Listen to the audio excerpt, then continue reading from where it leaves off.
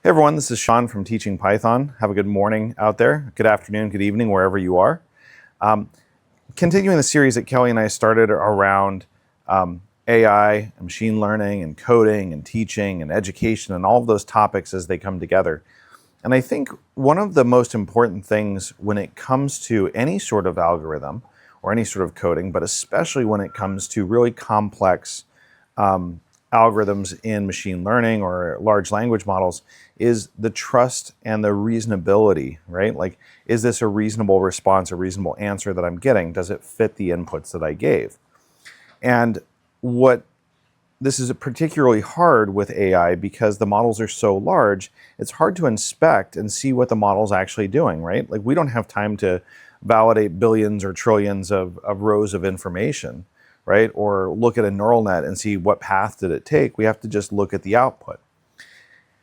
And I tend to think of this a lot like working with a really smart intern or a junior engineer or a really talented student.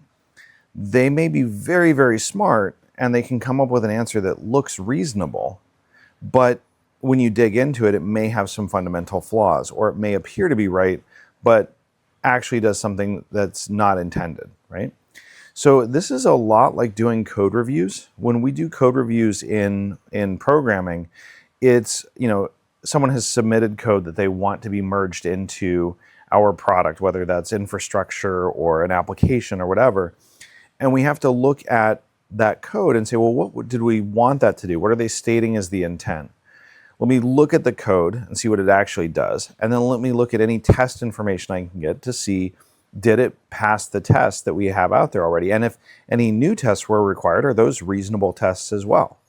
So when we're examining this and we're looking at this output, and I think this goes for both large language models, other forms of machine learning like predictive modeling, we need to look to see how well does the response or the output predict or fulfill the original intent. And so I think one of the things that I try to do when I'm looking at a large language model output, especially when it's generating code for me, is to see, is that code valid? Does it meet the need or the intent that I had? And does it actually work, right? Is it functional? And sometimes functionality can include multiple scopes, like is it secure? Is it a coding best practice? Is it fast and performant? Does it produce the correct output? And so when you're thinking about how you personally use large language models, this is something that's important to learn.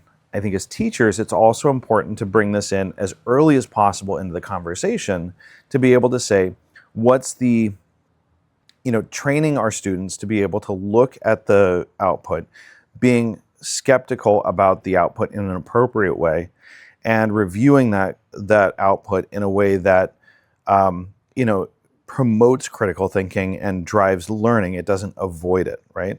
So if someone is using AI or using a large language model to shortcut homework, and all they do is take the output and copy and paste it into the submission form, they haven't really learned anything, and they're taking a big risk in terms of, being able to get the answer correct anyways, right?